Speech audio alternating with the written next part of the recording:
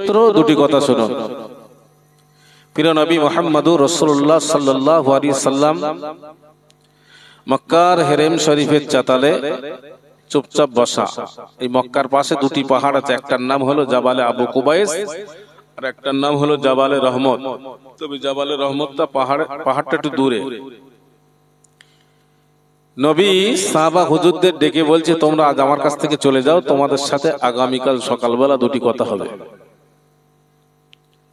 বিশ্বনবী সরকারে দো আলম সাল্লামের কথা শুনে সাহাবা হুজুররা বললেন, হুজুর আপনি বলেছেন লা ইউমিনু আহাদুকুম হাত্তা আকুনা আহাব্বা ইলাইহি মিন ওয়ালাদিহি ওয়া ওয়ালিদিহি ওয়ান নাসি আজমাইন। আপনি বলেছেন নিজের জান অপেক্ষা, নিজের সন্তান সন্ততি অপেক্ষা যত সময় পর্যন্ত নবীকে মহব্বত না করবে তত সময় প্রকৃত মুমিন হতে পারবে না। হুজুর আপনি আমাদের তাড়িয়ে দিচ্ছেন, চলে যেতে বলছেন। প্রিয় নবী মুহাম্মদুর রাসূলুল্লাহ সাল্লাল্লাহু আলাইহি ওয়াসাল্লাম ওই জমিনে দাঁড়িয়ে বলেছিলেন, এ বাবা সাহাবারা যাও, চলে যাও, আমি রাসূলুল্লাহ কথা দিলাম আগামী কাল সকাল হতে না হতে তোমাদের সাথে আমার দেখা হবে। আল্লাহ পাকের হাবিবের সাহাবারা যে যার মতো গন্তব্যস্থলে চলে গেলেন। আমার দয়ার নবী বাবা গুটি গুটি পায়ে মক্কার জমিনটা ছেড়ে দিয়ে জাবালে রহমতের দিকে রওনা দিলেন। প্রতিমধ্যে রাসূলুল্লাহর কানে একটা কান্নার আওয়াজ, এত জোরে কান্নার আওয়াজ। আমার নবীর সামনে তাকায়, পিছনে তাকায়, ডাইনে তাকায়, বামে তাকায়, কোন জায়গায় কোন মানুষের সাথে সাক্ষাৎ হলো না। প্রিয় নবী মুহাম্মদুর রাসূলুল্লাহ সাল্লাল্লাহু আলাইহি ওয়াসাল্লাম আল্লাহ পাকের আসমানের দিকে যেই না তাকালেন, আবার আল্লাহ পাক জানিয়ে দেন, আবার আল্লাহ পাকের হাবিবকে বলে দেয়, এ হাবিব তুমি সামনে তাকাও, পেছনে তাকাও, ডাইনে তাকাও, বামে বাঁয়ে তাকাও, ইন্নী আরা মা লা তারাউনা। আমি আল্লাহ জানিয়ে দিলাম, হাবিব তুমি বলে দাও, আমার দেখা তোমাদের দেখাটা বরাবর মনে করবা না, আমার দেখা তোমাদের দেখাটা সমান মনে করবা না। আমি রাসূলুল্লাহ পাকের আসমানের দিকে যতটা দেখতে পাই, আমি রাসূলুল্লাহ আল্লাহ পাকের জমিনের নিচে ততটা দেখতে পাই। আমি রাসূলুল্লাহ ডাইনে যতটা দেখতে পাই, আমি রাসূলুল্লাহ বামে ততটা দেখতে পাই। আমি রাসূলুল্লাহ জানিয়ে দিলাম, আমার দেখা তোমাদের দেখাটা বরাবর মনে করবা না। প্রিয় নবী আমার সামনের দিকে রাস্তাটা ধরলেন। যেতে যেতে যেতে জাবালে রহমতের কিনারা পর্যন্ত যেই না পৌঁছালো, তোর নবী সোনার নবী বাবা হারা মা হারা ইতিম নবী আমার আবারও জোরে জোরে কান্নার আওয়াজ শুনতে পেয়েছে। প্রিয় নবী মুহাম্মদুর রাসূলুল্লাহ সাল্লাল্লাহু আলাইহি ওয়াসাল্লাম আবারও ডাইনে বামে তাকায়, মানুষ দেখা হলো না, সামনে পিছনে তাকায়, মানুষ দেখা হলো না। আমার নবী পাহাড়ের উপরে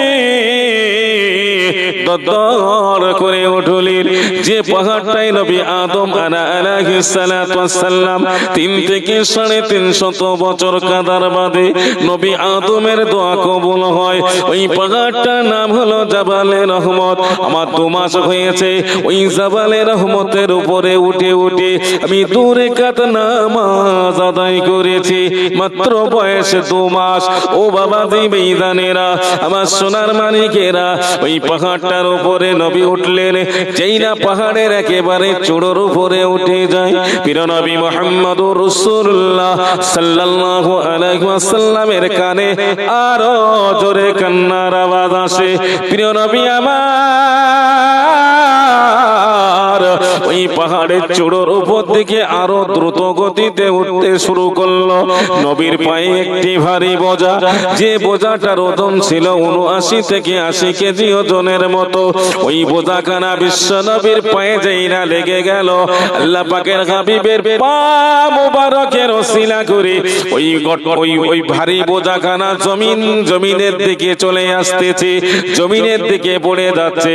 এমত অবস্থায় লক্ষ্য করে বিশ্ব নবীর নজর নজর পড়ে গেল ওই পাহাড়ের উপরে একটা সুড়ঙ্গ গর্ত রাস্তা, ওই গর্তটার ভিতরে একটা বিদ্যারমণী, যে রমণীটার বয়স হলো 75 থেকে 80 বছর। ও বাবাজি ভাইদানেরা, ও আমার সোনার মানিকেরা, দেখতে দেখতে নবী আমার জিজ্ঞাসা করে বললেন, ওরে জননী গো মা,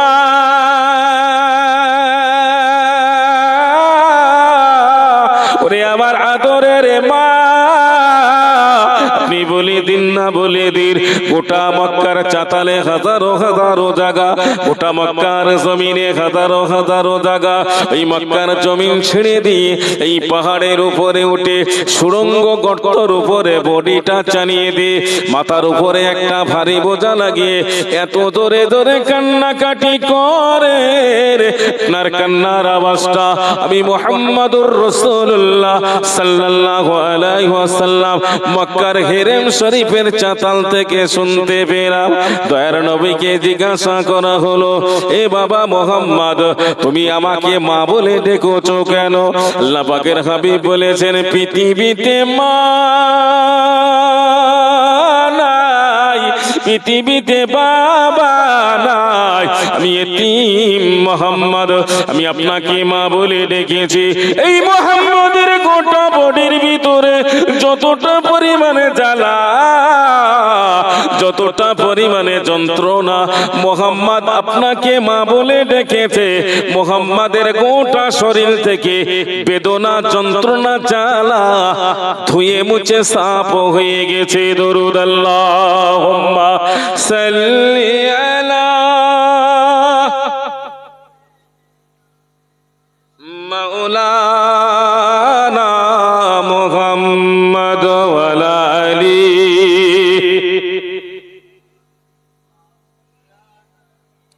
ই নবীজির গোলামের কোনো চিন্তা নাই, চলো নবীজির জান্নাতে মদিনাতে যাই, চলো নবীজির জান্নাতে মদিনাতে যাই। যে জন নবীর আশিকার হাসরেতে পাবেন তারা মহান সম্মান। রে দিনী রজনী কাদের তিনি, রে দিনী রজনী কাদের তিনি, শুয়ে রওজায় চলো নবীজির জান্নাতে মদিনাতে যাই। আল্লাহুম্মা সাল্লি আলা ওয়া আলা আলি সাইয়্যিদিনা। নবীকে জিজ্ঞাসা করা হয়, এ বাবা মুহাম্মদ, তুমি আমাকে মা বলে ডেকেছো, তোমার শরীরের বেদনা, যন্ত্রণা দুই মুছে সাফ হয়ে যাবে, এটাই তো তোমার মনের তামান্না, ইচ্ছা। আল্লাহ পাকের হাবিবকে জিজ্ঞাসা করা হয়, নবী আপনি বলে দিন না, বলে দিন আপনার কান্নার বিবরণ, আপনার শরীরের জ্বালা যন্ত্রণার বিবরণটা আমাকে মা বলে ডাকার পরে যখন দূর হয়ে গেছে, এবার আমি জিজ্ঞাসা করি, বাবা মুহাম্মদ, তুমি কি সেই আব্দুল্লাহর বেটা? তুমি কি সেই আমিনার বেটা?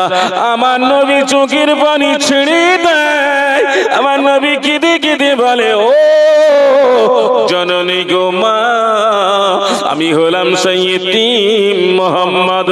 আল্লাহ পাকের হাবিব জিজ্ঞাসা করে, মা আমি আপনাকে মা বলে ডেকেছি, এবার আপনার কাছে আমার জিজ্ঞাসা, আপনি সত্য করে বলবেন, পৃথিবীতে হাজার জায়গা, সমস্ত জায়গা ছেড়ে দিয়ে এই মক্কার চাতালের নিকটে যে পাহাড়টা দেখা যায় জাবালে রহমত, এই জাবালে রহমত নামক পাহাড়ের উপরে সুড়ঙ্গ গর্তর মধ্যে বডিখানা চালিয়ে দিয়ে মাথার উপরে ভারী বোঝাখানা চাপিয়ে এমনি করে কান্নাকাটি করেন কেন? আমার নবীকে জানানো হয়েছিল, ও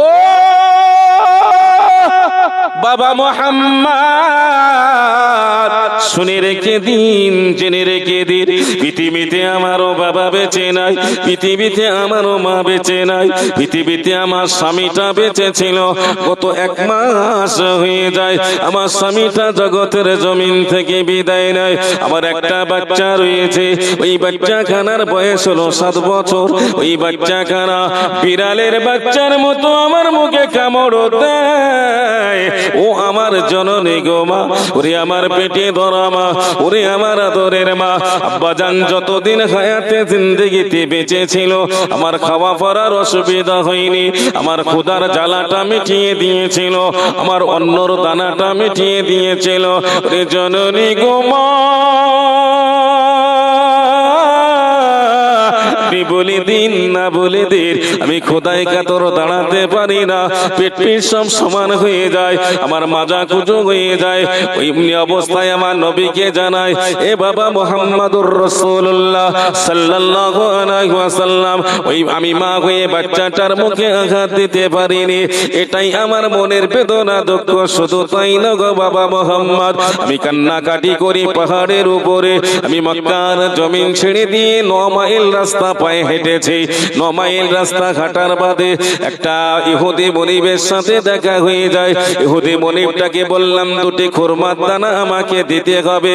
খুরমার দানা আমার হাতে বসায়, পাশাপাশি ডেকে ডেকে বলে, ও বৃদ্ধা রমণী, আমি আপনাকে মা বলে ডাকলাম, তবে একটি কথা শুনুন, আপনি যতদিন হায়াতে জিন্দেগিতে বেঁচে থাকবেন আমার ঘরের ভিতরে কাজ করেন, এর বিনিময়ে কিছু টাকা দেব, এর বিনিময়ে কিছু খুরমার দানা দেব, এর বিনিময়ে কিছু জয়ের আটা দেব। বৃদ্ধা রমণী আমার নবীকে জানায়, ওগো বাবা মুহাম্মদ, আমি কাজে লেগে গেলাম 2টি খুরমার দানার জন্য, 2টি জয়ের আটার জন্য, এমনি করে কিছু মজুরির জন্য, পয়সার জন্য কাজ করতে করতে করতে 1 বছর হয়ে গেল। প্রতিমধ্যে রাতের অন্ধকারে আমার সামনে একটা কাগজ ধরেছে, ওই কাগজটায় আমার সিগনেচার করে নেয়, ওই কাগজটায় আমার নাম সই করে নেয়। ও বাবা মুহাম্মদ, সাদা কাগজে যেই না আমি সইটা দিয়ে দিলাম, 2 মাস বাদে কাগজটা আমাকে দেখানো হয়, আর যতদিন বাঁচবে কাজ করেন, মজুরি পাবে, খেজুর পাবে, জয়ের আটা পাবে, তবে কাজ করতে করতে একদিন যদি কাজে না আসে, এর বিনিময়ে পানিশমেন্ট সাজা আমি 200 করে বেতের বাড়ি মারব।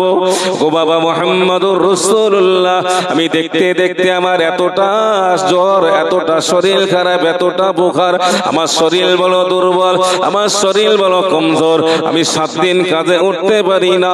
আমি বৃদ্ধা রমণী, আমার শরীরের মধ্যে কোনো গোস্ত নাই, চামড়া আর হাড়গুলো জড়িয়ে গিয়েছে। দেখতে দেখতে দেখতে আমার বড় বড় ভয় হয়, একদিন কাজের পানিশমেন্ট সাজা যদি 200 বেতের বাড়ি হয়, 7 দিন কাজের পানিশমেন্ট সাজা 1400 বেতের বাড়ি হবে। আমি ওই ইহুদির মা সহ্য করতে পারবো না, আমি ইন্তেকাল হয়ে যাব, মারা যাব। মেয়েটার নাম হলো আবুল ওয়াকাসা। আল্লাহ পাকের নবী সোনার বাজে বলতে শুরু করলো, মা আপনি আর কাঁদবেন না, চলেন, যে ইহুদি আপনাকে কাজ দিয়েছিল, বিনিময়ে আপনার নামটা সই করে নিয়েছিল, ওই ইহুদির বাড়ি পর্যন্ত আমি যাব।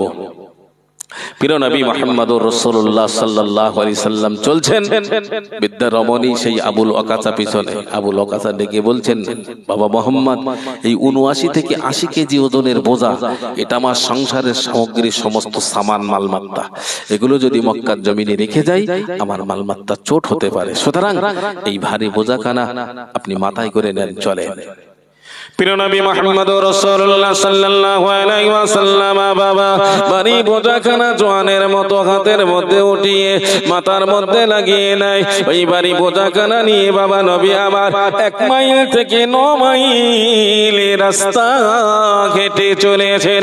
9 মাইল রাস্তা যেই না উত্তীর্ণ হয়ে গেল, নূর নবী সোনার নবী বাপাগারা বাগারা ইতিম নবীকে জানানো হয়, ও বাবা মুহাম্মদ গো, আপনার মাথা থেকে ভারী বোঝাখানা বোঝাখানা জমিনে ফেলে দিন না। নবী আমার ভারী বোঝাখানা যেই না জমিনে ফেলে দিল, বিশ্ব নবী আমার ডেকে ডেকে বলে, জননী গো মা, আপনি ভারী বোঝা বলতে ফেলেছেন কেন? আপনি দয়া করে কি বলবেন? এই আবুল ওয়াকাসা নামক মেয়েটা জানিয়েছিল, এ বাবা মুহাম্মাদুর রাসূলুল্লাহ সাল্লাল্লাহু আলাইহি ওয়াসাল্লাম, আমি আপনাকে জানিয়ে দিলাম, আপনার চোখের সামনে যে ভারী বোঝাখানা পাহাড়খানা দেখা যায়, ওই পাহাড়ের উপরে ইহুদি মুনি বসেছিল। আল্লাহ পাকের নবী এই পাহাড়ের উপরে দর করে উঠলেন, পিছনে আবুল ওয়াকাসা উঠতে শুরু করলো। নবী আমার ওই পাহাড়ের উপরে ওঠার বাদে এমনি করে চিল্লিয়ে চিল্লিয়ে বলে, ওরে ইহুদি মুনি, একটিবারের জন্য ঘরে দরজাটা খুলে দিন না, আমি নবী রাসূলুল্লাহ হাজির হলাম। আল্লাহ পাকের হাবিবের কণ্ঠস্বর পাওয়ার সাথে সাথে ইহুদি মুনিবের এমনি করে ঘরের দরজা খুলতে বাধ্য হয়ে গেল। ঘরের দরজা খুলে দিল, আমার নবীকে ঘরের ভিতরে বসালেন। আমার নবীকে জিজ্ঞাসা করে বলা হয়, এ বাবা মুহাম্মদ গো, আপনি এই পাহাড়ের চূড়োর উপরে আজও কি কলেমা দাওয়াত দিতে এসেছেন? নবী আমার ওই জমিনে বলে, ইহুদি, আমি আজ কলেমা দাওয়াত দিতে আসিনি, আমি আমার মনের প্রাণের দুটি দুঃখের কথা জানাতে এসেছি। আল্লাহ নবী বলে, ইহুদি মুনি, আপনি এত বড় একজন মহাজন ব্যক্তি, আপনি এত বড় একজন মাতব্বর ব্যক্তি, আপনার বাড়িতে কি কোনো কৃতদাস গোলাম থাকে না? প্রিয় নবী আমার এই কথাটা যেই না শুনিয়ে দিয়েছে, ইহুদি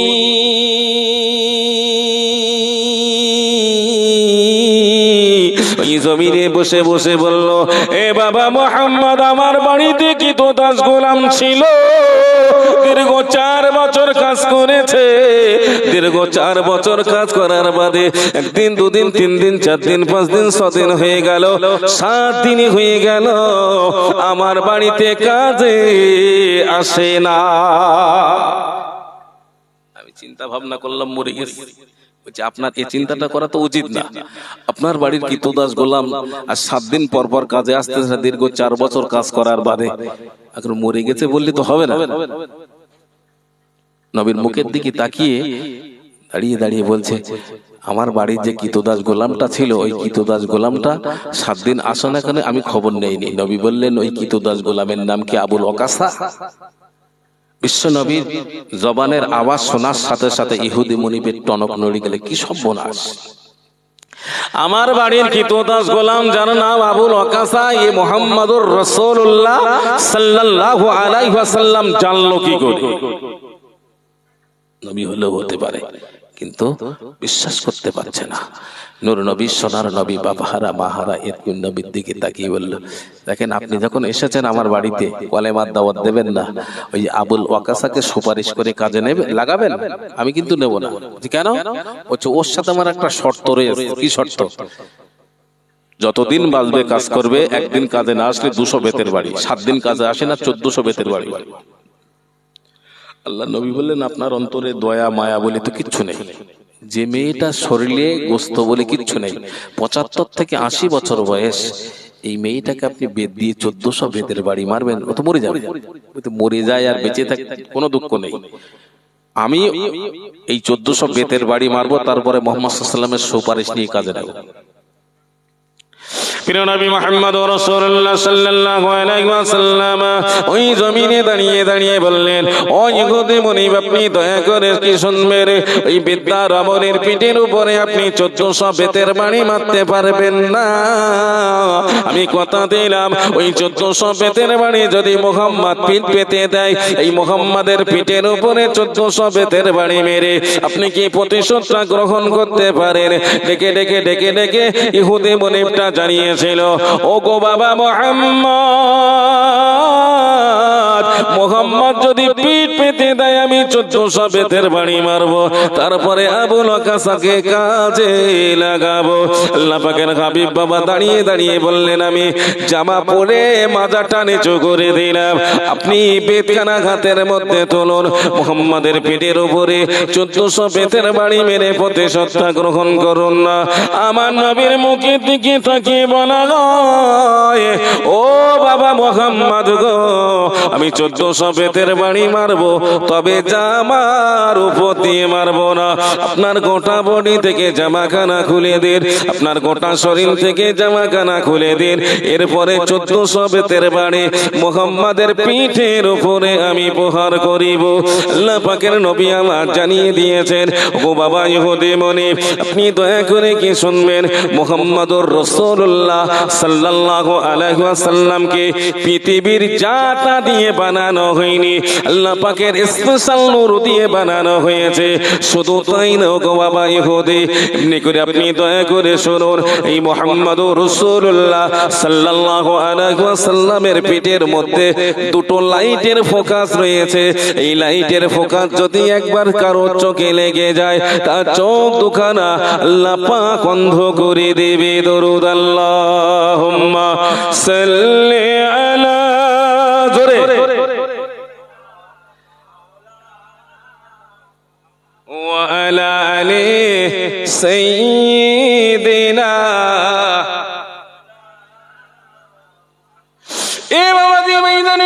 সোনার মানিকেরা, আমার মা ও বোনেরা, কালারা বেটিরা, আমি বক্তব্য দীর্ঘায়িত করতে পারবো না। আমি 8:30 পর্যন্ত থাকবো বলেছিলাম, 8:30 অতিবাহিত হয়ে গিয়েছে। তবে 2 মিনিট বলে দেই, এই কথাটা কোথায় গিয়ে দাঁড়াবে। আমার বাবাজি ভাইদানেরা, বিশ্বনবী সরকারে দো আলম সাল্লাল্লাহু আলাইহি ওয়াসাল্লাম এমনি করে দাঁড়িয়ে দাঁড়িয়ে দাঁড়িয়ে দাঁড়িয়ে বলল, এ ইহুদি, আমার শরীরের মধ্যে দুটি লাইটের ফোকাস, এই লাইটের ফোকাস যা চোখে লেগে যাবে, চোখ দুটো অন্ধ হয়ে যাবে। বলছে আমার চোখ দুটো অন্ধ হয়ে যায়, দেখ কিরকম লাইট আমি একবার দেখবো। ও বাবা জি বেইদানের আমার সোনার মানিকেরা, আল্লাহ পাকের হাবিব নিজের শরীর থেকে জামাখানা খুলে দিলে রে, নি করে মাজাখানা যেই না নিচু করেছে, ইহুদি মুনিবের হাতে বেত, ওই বেতখানা দিয়ে নবীর পিঠে 1400 বেতের বাড়ি মারবে। আল্লাহ পাকের হাবিব আমার এমনি করে শুরু করতে বললেন। নবী আমার যেই না শুরু করতে বলেছে, ইহুদি মুনি বেতখানা নিয়ে বিশ্ব নবীর পিঠের উপরে যেই না একটা চাবুকের আঘাত মারতে যাবে, একটা বেতের বাড়ি মারতে যাবে, আল্লাহ পাকের কুদরতি ওসিলায় নূর নবীর সোনার নবী বাপাখারা মাহারা ইতিম নবীর গোটা বডি থেকে লাইটের ফোকাস বার হয়ে গেল। ওই লাইটের ফোকাস দুটো ইহুদি মুনিবের চোখে লেগে যায়। ইহুদি দুটি চোখ দিয়ে, দুটো হাত দিয়ে চোখ দোকানা ডলতে শুরু করেছে। কিন্তু সময় বাদে আওয়াজ তুলে বলল, এ বাবা মোহাম্মদ গো, পৃথিবীটা অন্ধকার, আমি চোখে কিছু দেখতে পাই না। তুমি তোমার রবের কাছে, তুমি তোমার ঈশ্বরের কাছে, তুমি তোমার গডের কাছে, তুমি তোমার প্রভুর কাছে একটিবারের জন্য দোয়া চাও। আমার নবীকে তো আমার আরসালনাকা ইল্লা রাহমাতাল লিল আলামিন দয়া সাগর করে বানানো হয়েছে। বিশ্ব নবী আমার যেই না দুটি হাত তুলে দোয়া করেছে, আল্লাহ পাক নবী দোয়াটা মঞ্জুর করে দেয়। নবীর মোনাজাতটা শেষ হয়ে গেল। ইহুদি চোখ দুটো ডলতে ডলতে আমার নবীর কদম জড়িয়ে ধরেছে। আল্লাহ পাকের হাবিবকে জানাই বারহাক, আল্লাহ পাকের নবী আপনি দয়া করে ইমানের কলেমাটা পড়িয়ে দিন। আমার নবী বলেছিলেন কলেমা পড়াবো বটে, তবে পাহাড় থেকে জমিনে নামার পরে। আল্লাহ পাকের হাবিব আগে, পিছনে আবুল ওয়াকাসা, তারপরে বাবা সেই ইহুদি মুনিবে দদ্দর দদ্দর করে জাবালে রহমত থেকে যেই না জমিনে পতর্পণ করেছে। আমার নবীর গোটা শরীর দিয়ে ঘামগুলো জমিনে পড়ে। বিশ্ব নবীর এই শাহাদাত আঙুলটা নবীর কপাল থেকে ঘামটা টেনে নিয়ে মক্কা চাতালে যেই না ফেলে দিল, মক্কা জমিনে যেই না ফেলে দিল, ওই জায়গাটায় টাকটা মুক্তার দানা তৈরি হয়েছে। দরুদ আল্লাহুম্মা সাল্লি আলা ওয়া আলা আলি সাইয়্যিদিনা। ওরে আমার গরিব খানা নাই বিছানা, আমি রাখব তোরে কোথায় আমার গরিব খানা নাই বিছানা আমি রাখব তোরে কোথায় আমার ভাঙা ঘরে পানি পড়ে কাঁচা মাটির দাওয়ায় ঘরে আমার নেই যে খাবার নেই দোদানা ভাত ওরে দুঃখে ভরা কপাল রে তোর অমর সোনার চাঁদ আল্লাহুম্মা সাল্লি আলা ওয়া আলা আলি সাইয়্যিদিনা মাওলানা মুহাম্মদ। নবীর ঘাম মক্কার জমিনে ফেলেছে, মুক্তার দানা তৈরি হয়েছে। এবার এই মুক্তার দানাটা দেখার জন্য পৃথিবীর সমস্ত অলি গলির মানুষ ছুটে আসতেছে। এর ভিতরে বিস্তার 2.5 ঘন্টার মতো আলাপ আলোচনা, আল্লাহ তৌফিক দিলে অন্যদিন করব। আমি বলেছিলাম 8:30 পর্যন্ত থাকবো, আর আমার যে 1 ঘন্টা টাইম আমি একটা মুফতি সাহেব নিয়ে যাচ্ছি। এই মুফতি সাহেব আপনাদের সামনে আসবে এক্ষুনি। মুফতি সাহেব আমার এই বাকি টাইমটুকুন বলে বিদায় নেবে, তারপরে মুফতি সাহেব হুজুর তো আসবেন। মাদিন সাহেব হুজুর আসবেন না? মাদিন সাহেব তো আসবেন, ওনার মুখে কিছু আলাপ আলোচনা শুনবেন, বা আমি যে মুফতি সাহেবটাকে রেখে যাচ্ছি এনার মুখে কিছু শরিয়াতের কথা শুনে খুব কণ্ঠ ভালো, ইতিহাসের আলাপ আলোচনা করেন, কোরআন হাদিসের আলাপ আলোচনা করেন। উনি আসবেন এক্ষুনি। আর আমি হয়তো দাওয়াতটা না থাকলে আমি তো সময় দিয়ে দিতাম, মানে দুটো টাইম প্রায় অ্যাডজাস্ট মতন হয়ে গেছে, মানে ভুল বোঝাবুঝির কারণে। আমার জন্য দোয়া করবেন, আমি আপনাদের জন্য দোয়া করি। এই সীমিত সময় কিছু বলতেও পারিনি গুছিয়ে, ভালো করে আপনাদের বোঝাতেও পারিনি। আল্লাহ তৌফিক দিলে, আল্লাহ রহম করলে আবার আসবো, আবার দেখা হবে, আবার আলাপ আলোচনা হবে। তবে মনে করে দেবেন, মুক্তার দানা জমিনে পড়েছে মক্কা শরীফে, মুক্তার দানা তৈরি হয়েছে নবীর ঘামের ওসিলা করে। এই মুক্তার দানাটা ইয়ামান দেশের রাজা বাদশা আসবে পরীক্ষা করতে, তার একটা মেয়ে থাকবে, সে মেয়েটা অন্ধ, সেই মেয়ে অন্ধ মেয়েটা আল্লাহ পাক কিভাবে ভালো করে দেবে, এই বিশাল আলোচনা আল্লাহ তৌফিক দিলে করবো। আমার জন্য একটু দোয়া করেন। আমি আপনাদের জন্য 8:30 ওখানে ওঠার কথা বলি, 10টা মিনিট চেয়ে নিয়েছিলাম, বলছি 10 মিনিট বেশি যেন না হয়। জানেন তো, যদি 10 মিনিট দেরি হয়, সাধারণ মানুষ তো এদের আসলে হিসেব বা জ্ঞান গরিমা কতটুকুন আল্লাহ পাকই ভালো জানেন। এরা হুটহাট করে একটা কথা বলে দেয়, কোনো একটা সমস্যার মধ্যে পড়ে গেলি তো মানে মানুষ আসতে লেট করে, যাই বা হোক। আর ওখানকার লোক একটু খেদু মতন শুনিস দিয়েছে, খেতে কি করবেন তার ঠিক নেই।